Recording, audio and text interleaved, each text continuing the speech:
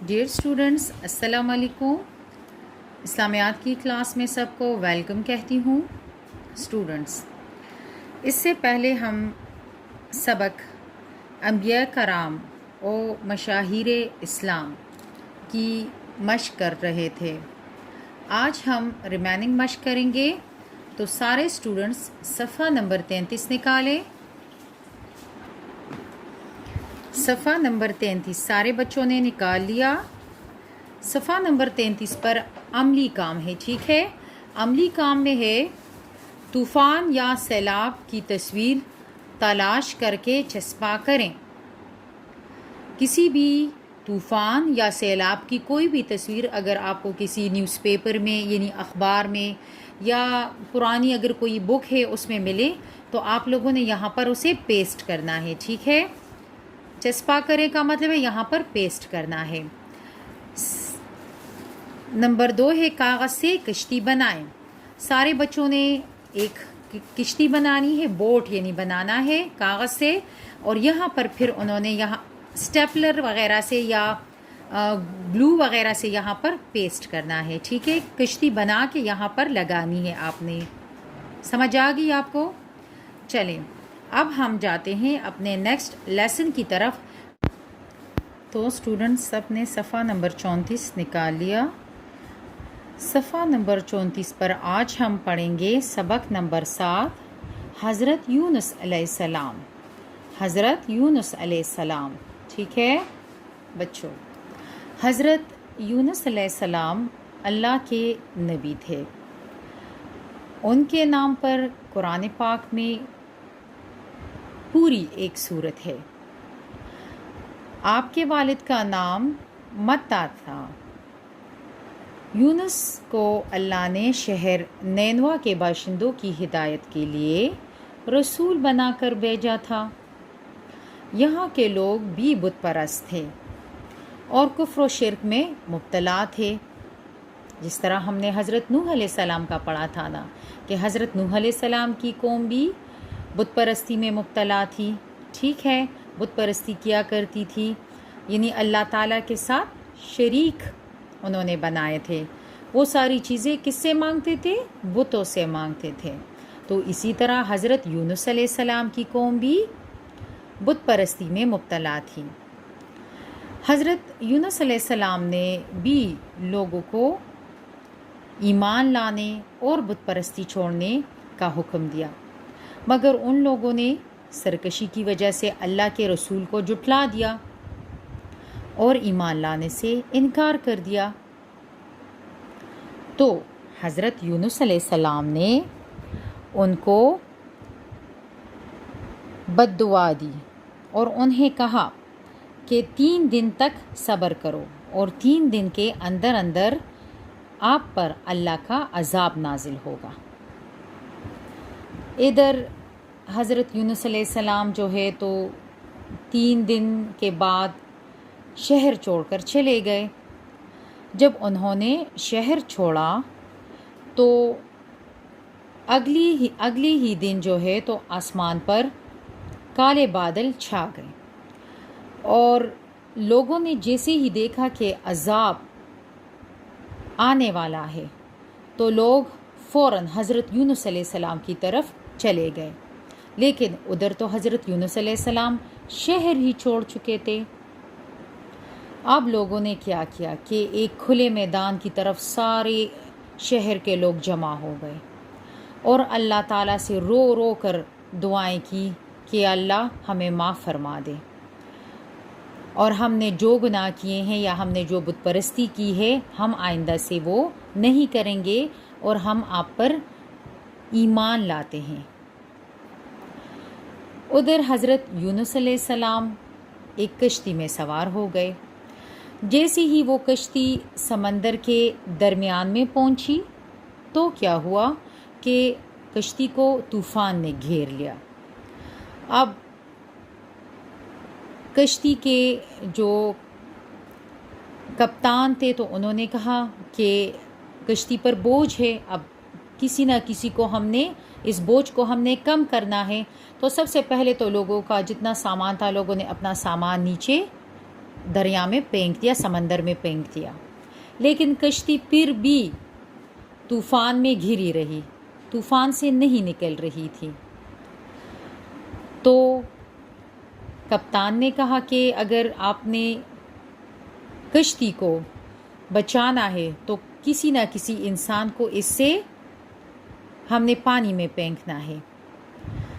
حضرت یونس علیہ السلام سمجھ گئے کہ کیونکہ میں نے اللہ کے حکم کے بغیر اپنے شہر کو چھوڑ دیا، اس لیے یہ اللہ مجھ سے ناراض ہو گئے ہیں، میں نے اللہ تعالیٰ کی نافرمانی کر دی، تو اب مجھے اس کی سزا ہی ملے گی۔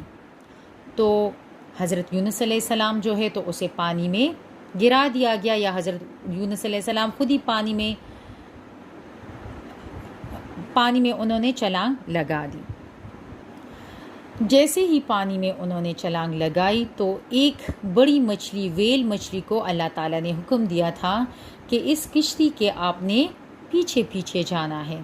جیسے ہی حضرت یونس علیہ السلام نے پانی میں چھلانگ لگایا تو ادھر بڑی ویل مچھلی نے حضرت یونس علیہ السلام کو کھا لیا۔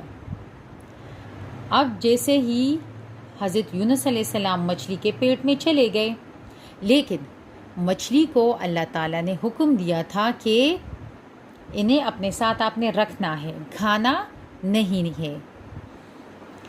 تو حضرت یونس علیہ السلام مچھلی کے پیٹ میں جاتے ہی انہوں نے اللہ تعالیٰ کی تعریف شروع کر دی، اللہ تعالیٰ کی بزرگی بیان کی، اللہ تعالیٰ کی بڑائی بیان کر دی، اور انہوں نے یہ دعا جو قرآن مجید کی سورۃ الانبیاء میں ہے، لا الہ الا انت سبحانک انی کنت من الظالمین، لا الہ الا انت سبحانک انی کنت من الظالمین۔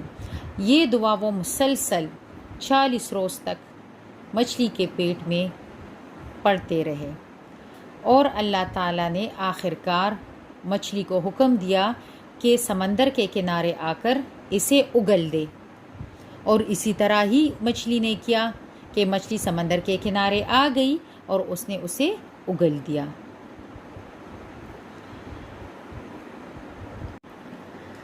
اب مچھلی کے اگلنے کے بعد آپ علیہ السلام مچھلی کے پیٹ میں رہنے کی وجہ سے بہت بیمار اور کمزور ہو گئے تھے، تو اللہ تعالیٰ نے آپ علیہ السلام پر کدو کی بیل کا سایہ کر دیا۔ کدو تو آپ لوگ جانتے ہو نا۔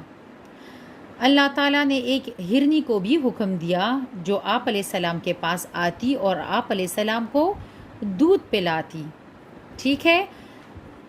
تو آپ علیہ السلام کیا تھا کہ بہت جلد تندرست ہو گئے اور واپس اپنی بستی کی طرف روانہ ہو گئے۔ بستی پہنچنے پر سب لوگ حضرت یونس علیہ السلام کو دیکھ کر بہت خوش ہوئے اور اللہ تعالیٰ کا شکر ادا کیا۔ اسٹوڈنٹس، اب ہم اپنی پڑھائی سٹارٹ کرتے ہیں۔ حضرت یونس علیہ السلام۔ پیارے بچوں، حضرت یونس علیہ السلام بھی اللہ کے ایک نبی تھے۔ آپ علیہ السلام عراق کے شہر نینوا میں پیدا ہوئے۔ یہ لفظ ہے نینوا میں پیدا ہوئے۔ آپ علیہ السلام کے والد کا نام متا تھا، ٹھیک ہے؟ کیا تھا؟ متا تھا۔ قرآن میں آپ علیہ السلام کو مچھلی والا کہہ کر پکارا گیا ہے، ٹھیک ہے؟ قرآن میں آپ علیہ السلام کو مچھلی والا کہہ کر پکارا گیا ہے۔ مچھلی والا کیوں کہہ کر پکارا گیا ہے، کوئی بتا سکتا ہے؟ جی ہاں، کیونکہ مچھلی نے نگل لیا تھا آپ کو اور آپ 40 دن تک مچھلی کے پیٹ میں تھے، تبھی آپ کو مچھلی والا کہہ کر پکارا گیا ہے۔ نینوا کے لوگ بہت دولت مند تھے، بہت زیادہ دولت ان کے پاس تھی۔ دولت کی وجہ سے وہ لوگ دین سے دور ہو گئے تھے۔ ٹھیک ہے، اپنے دین سے دور ہو گئے تھے اور اللہ کی نافرمانی کرنے لگے، اللہ کی نافرمانی کرنے لگے، یعنی حکم نہ ماننا۔ وہ لوگ اللہ کے ساتھ بتوں کی بھی عبادت کرتے تھے، ٹھیک ہے۔ بتوں کا میں نے آپ کو پہلے بھی بتایا تھا کہ بت کیا ہوتا ہے۔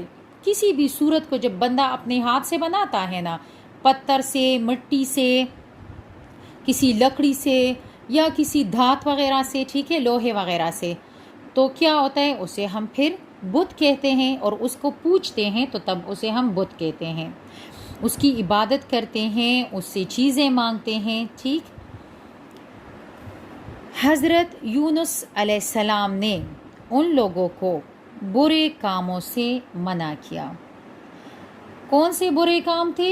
سب سے برا کام جو ہے تو وہ بت پرستی ہے، ٹھیک ہے، اللہ کے ساتھ کسی کو شریک بنانا۔ تو حضرت یونس علیہ السلام نے ان برے یعنی خراب کاموں سے منع کیا، روکا، منع کیا یعنی روکا، لیکن وہ لوگ آپ علیہ السلام کی بات ماننے کی بجائے آپ علیہ السلام کے دشمن بن گئے، آپ علیہ السلام کا مذاق اڑانے لگے، یعنی ہنسنے لگے، تمسخر کرنے لگے۔ ان سب حرکتوں کے باوجود آپ علیہ السلام انہیں سمجھاتے رہے۔ آخر اللہ تعالیٰ نے آپ علیہ السلام سے کہا کہ آپ علیہ السلام ان لوگوں کو خبر دیں کہ 3 دنوں میں ان پر عذاب آنے والا ہے، 3 دنوں میں ان پر عذاب آنے والا ہے، ٹھیک ہے۔ آج کے لیے اسٹوڈنٹس اتنا ہی، سب نے اپنا ہوم ورک بھی کرنا ہے، ٹھیک ہے۔